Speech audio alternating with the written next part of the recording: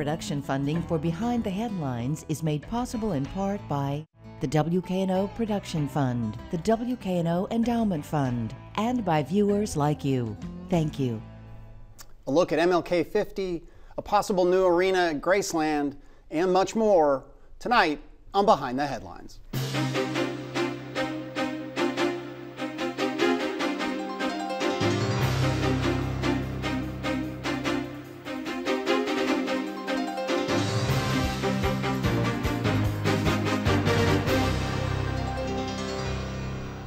I'm Eric Barnes, publisher of the Memphis Daily News. Thanks for joining us.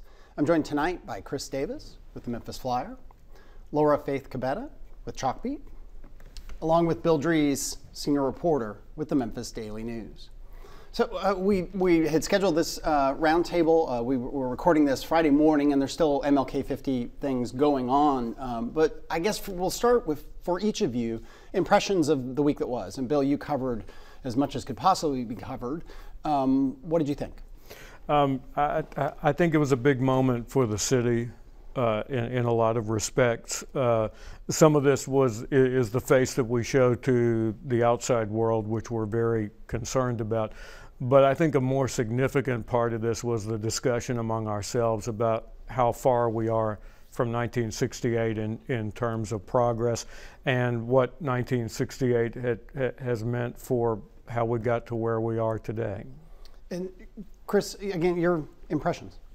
I agree a lot with what Bill said, and you know, I spent a lot of time also hearing about how far we aren't from 1968 too, and a lot of rededication to the principles of 1968 and beyond, which I think is important. And Laura, again, impressions from the week? Well, what we focused on was being able to understand what teachers and students at the time thought. Teachers are often the first people to help students process what's going on in the world. So we talked to teachers and students who were alive at the time and what their impressions were, and also looked at numbers regarding segregation in Memphis. From 1971 to now, 40% of schools were 90% or more black, and today that is a little bit over 50%. Yeah, and true, we had Terry Freeman, who's the head of the Civil Rights Museum, on a couple weeks ago talking about their poverty report and focusing a lot on the issues of poverty in Memphis. But it was interesting too towards the end where she said, you know, most of these numbers are true across the country, you know, and it's been interesting. I was out of town for most of the week, but it was interesting to see national coverage a bit. Reporters sort of saying, I'm here in Memphis where the poverty rate is X and Y. And Terry Freeman was quick to point out that these numbers are pretty true across the country, maybe more so in Memphis, but it's not as if some other areas of the country have figured it all out. Bill, you told a story about James Lawson. Tell us about that moment. James Lawson is a seminal figure in the civil rights movement in terms of being an architect and really explaining and implementing the philosophy of nonviolent social resistance, what Gandhi called soul force. And he talks about that a lot. And of course, he doesn't like the term civil rights movement. He thinks that it ought to be about what the goals of the movement are, and that is avoiding war, avoiding violence, and replacing that in how we think about just about everything. So he is in 1968, he was the pastor of Centenary United Methodist Church in South Memphis. And he was at the I Am a Man Plaza dedication, which is a plaza that pays tribute to the 1,300 sanitation workers who struck in 1968. And he was at that event, he was at several other events, but at this event, he was walking around like everybody else, kind of taking in this plaza, and is walking around the centerpiece, which is bronze and stainless steel, I am a man, the 4 words that came to symbolize the strike. And so he's looking at it, and his head is down, and you kind of think he's maybe contemplating the moment until you realize that a quote that he made during the strike is at the base of the monument. So he's kind of checking out his quote to make sure it's right, I guess, at the base of the monument. Yeah. Yeah, and Chris, you had mentioned, and when you're one of the many things you cover for the Flyer, arts and entertainment, and Claiborne Temple, and all that's happened with that. You know, since they've been staging this comeback and this revitalization over there, they've really been wanting to focus on their own identity and their place within this history and to tell that story to other people in as many ways as possible. And as a part of that, they've been working to develop a Broadway-style musical called Union that's about the sanitation workers' strike. And they're about to start previewing a lot of that. It's not the complete production, but I think it's maybe nine songs, 9 numbers. So as a part of the MLK 50, they're just beginning to start rolling that out. But it's just been it's been remarkable to see this place come back and to also reassert itself as a locus of activity for, you know, not be focused on things that happened in the past, but try and really build these bridges and connections between the things that happened in the past and the things that need to happen now.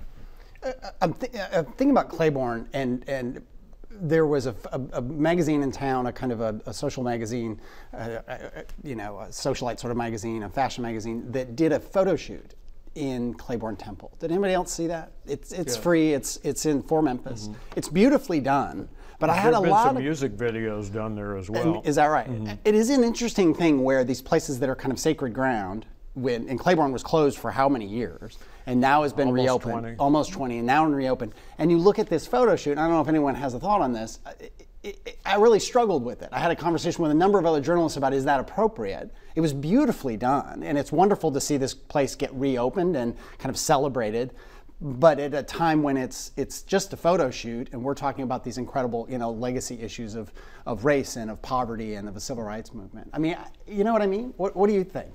I think it's a tough one. I think those things are what they do. You know, if it just introduces the temple and the idea of the temple in a way that is attractive and makes people interested in what's happening there, I don't really see any harm. It doesn't seem like any great sacrilege to, because, you know, they are wanting it to be a place where, you know, people come together to do all sorts of different things. It is a locus for activity for the future, not just.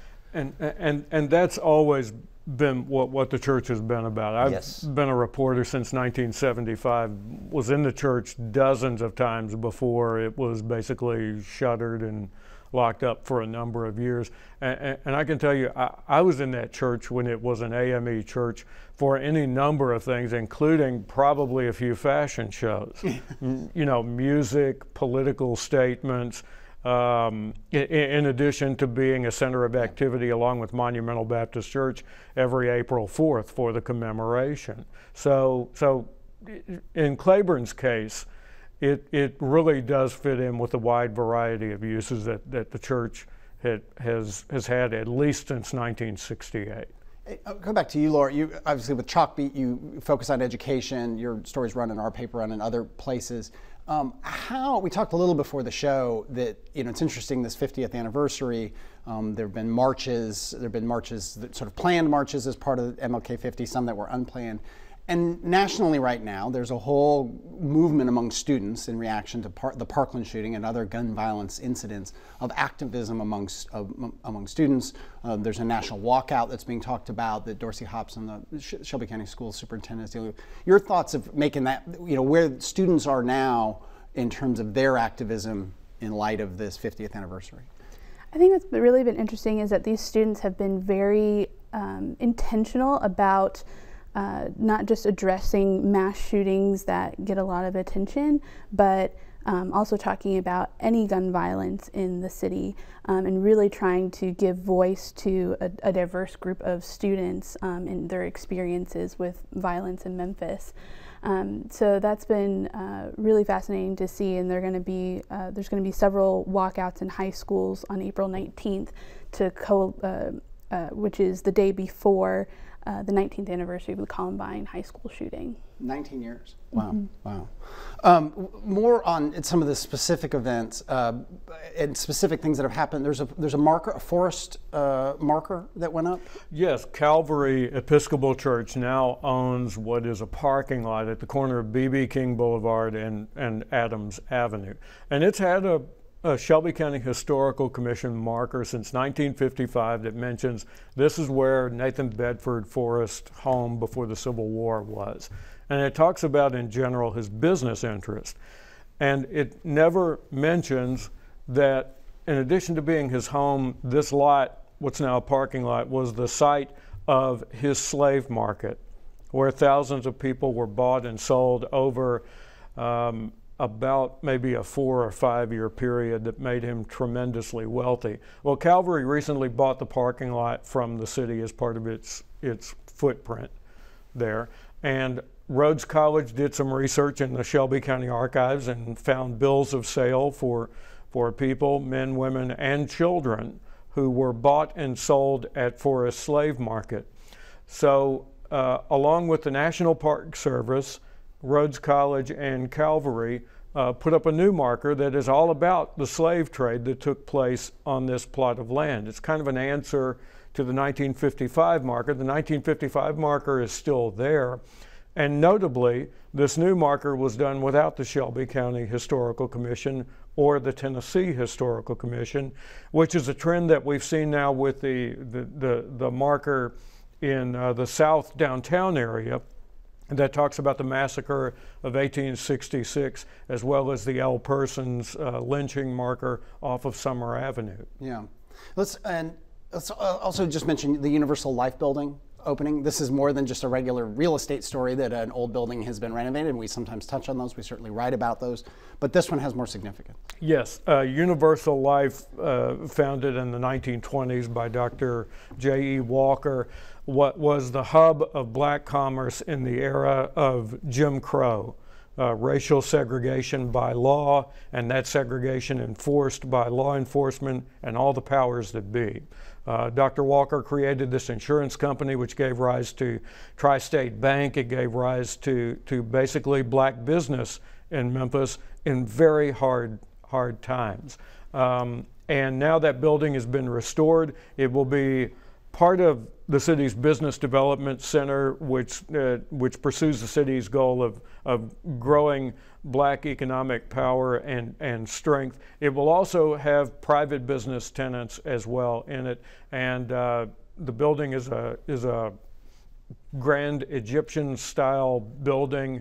Right there, during its prime, it looked like something off of the set of the movie Double Indemnity, if you're familiar with that. And a lot of that has been preserved in it. It's interesting. I mean, it's located, anyone who's gone to a Grizzlies game or a Tigers game or a big event at the Forum, you've driven by it probably if you've come in that way. And that whole area, which it parallels Vance Avenue, which used to be home to much of the middle and upper middle class African-American families, and it was decimated by Crump and others. There's redevelopment all around there. So much so, as we joked before, that the flyer moved. Right. The flyer's not far, has been in the same place in South Front area forever. And all that area, which was hit so hard before the 70s and certainly in the 70s, we were joking before that you all have moved offices in part because they want to turn your old office into condos. Yeah. Back when you were the only tenant down there. We were practically, well, there were other folks down there, and in fact, when I first moved into the building on Tennessee Street, we shared that building with some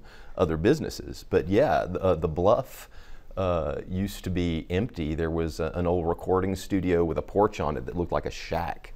My wife and I actually inquired into purchasing that shack at one point, thinking we might get it for a song, because who wants that? This is like the minute before it starts coming back. So our offer was not taken very seriously. Well, segue to some other issues. We may come back to some of those things, but Laura, in education right now, what kind of things are you covering? There's always a huge amount going on. What's happening? Well, recently, getting back to talking about honoring Dr. King's legacy, Superintendent Dorsey Hobson recently announced that he would raise wages for full-time employees to $15 an hour. Many of those who were below that threshold we're pretty close to it, but he cited what Dr. King had mentioned of the crime of working a full-time job but not having a livable wage. And so that is something that has happened recently. And then charter school applications are due at this time, is that correct? Yes, and there are 10 applications in 9 of those schools. Well, one applicant has 9 schools, which is New Day Schools, which is hoping to convert the soon-to-be former Jubilee Schools network into charter schools after private school vouchers failed in the Tennessee legislature. And this is, John Smerelli, the president of CBU, is part of this initiative. Is that right? Because we had John Smerelli on recently in the last month or so. Yes. And CBU has been involved in Maxine Smith STEAM Academy, which I think by most if not all accounts has been highly successful, and they're also involved in the Crosstown School. Is that right? I'm going to bounce away from you and come over to Bill. There was some news this week at one of the events, the MLK 50 events. Former City Mayor Willie Harrington announced that he's going to run for mayor again. Yes, in 2019. He was speaking at Lemoyne-Owen College, and he talked about the past and his own participation in the marches in 1968, and then said that he wants to do it again. He wants to come back and be mayor, and he will be running in 2019. Is he not, one logistical question, is he not termed out? How does that work? He is not termed out. The term limits took effect and the clock started running on them in the city charter after he had left in July of 2009. And so the clock started with those who were elected in 2011. In any event, even if it had applied to him, it's 2 consecutive terms. So you can sit out a term and then run again. Right. And we have all indications, although Mayor Strickland is not declared, all indications are that he will be running for a second term. He intends to run for a second term of office, and former Mayor Harrington has said, this is nothing against him. I just think that I'm the right man for the job, and and Harrington is he's a big figure for people who don't remember. He was a controversial figure. He is, for some people, so disliked that if you spend too much time with them, you forget that there are people for whom he is beloved and is viewed as the first African-American mayor with an incredible history, who was tough-talking and didn't take anything from anyone. So he's a very, I don't want to say he's divisive, but because that's pejorative, but there are wide range of opinions about him. He's also a landmark figure in our politics. He was elected to 5 terms as Memphis mayor. He was the longest serving mayor in Memphis history. And I mentioned him in part. What reminded me of that is that in the last few years he's been involved in education. He was originally a school superintendent, city school superintendent before he was mayor. He's had charter schools, is that right? Yeah. You followed and covered his, talk about those if you would. He does have a network of charter schools here in the city, and most recently under the Shelby County Schools' new process for evaluating those charter schools, 3 of them are on a chopping block potentially to close if they don't improve in the next 2 years. And if those same schools fall onto the state's priority list of the bottom 5% of low-performing schools, they will close automatically. We'll make another a big switch here. And Chris, you've been focused on Playhouse on the Square. And the controversy there. Talk about the stories you've been writing and what's been going on. Well, it's been a difficult story to tell. Playhouse on the Square has been an incredible success in the Memphis arts community and has meant a lot to the redevelopment of Midtown. And in December of last year, there was a message posted online from a local person who's in fact the daughter of the founder's first wife, Jackie Nichols' first wife, claiming sexual abuse beginning when she was 6 years old and continuing until she was 9 years old.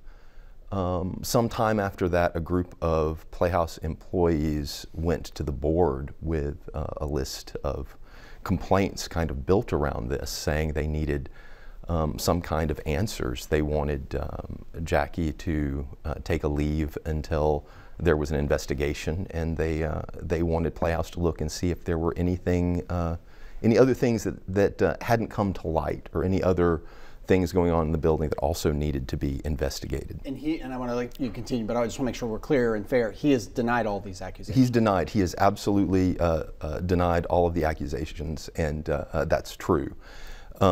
So there was an attorney that was appointed, Jennifer S. Hagerman of the Birch Porter Johnson law firm. She has a background in working with clients in business circumstances. This was a good fit for her. So they started looking into this, and over time other women came forward and spoke to the investigator, and the investigation was concluded and put away. They said they weren't going to discuss the investigation or the results of the investigation. Concurrently, Jackie, who's the founder, he has retired, and this is the 49th year of the organization. They're going to be celebrating their 50th anniversary next year.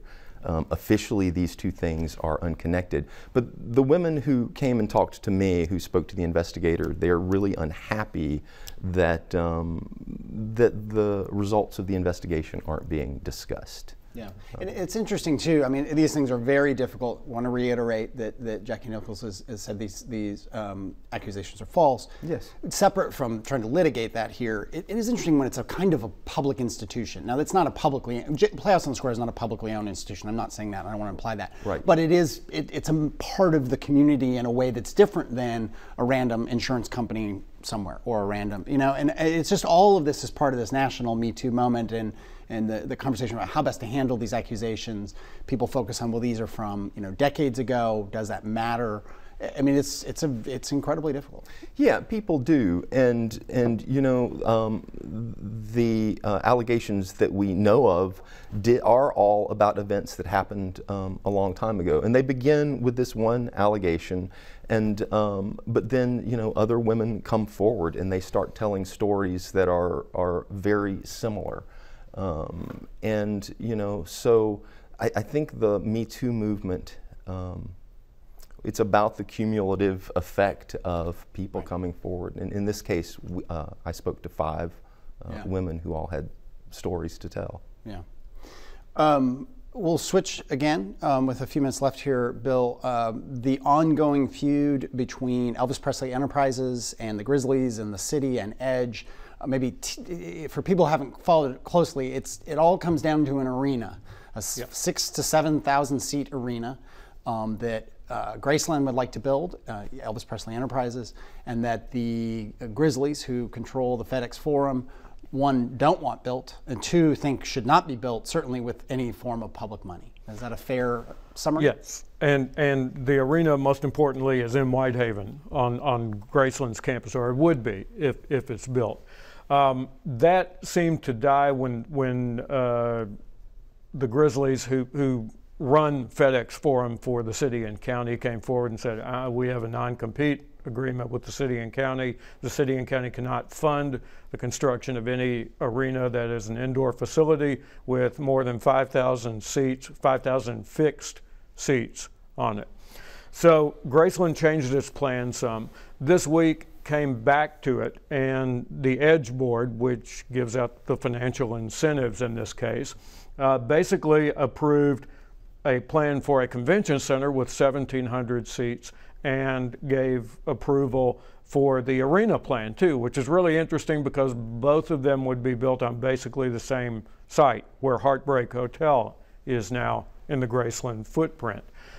This is very conditional approval, and as it turns out, the city of Memphis has a problem with the arena proposal because Graceland's argument is we're not going to use a pilot. We're not going to use a tax abatement to finance this. What we want is our existing TIF, tax increment financing, property tax revenue from the city and county that we're already getting. We want to increase the flow of that money, and we want to increase the flow to pay off Guest House at Graceland and Elvis Presley's Memphis.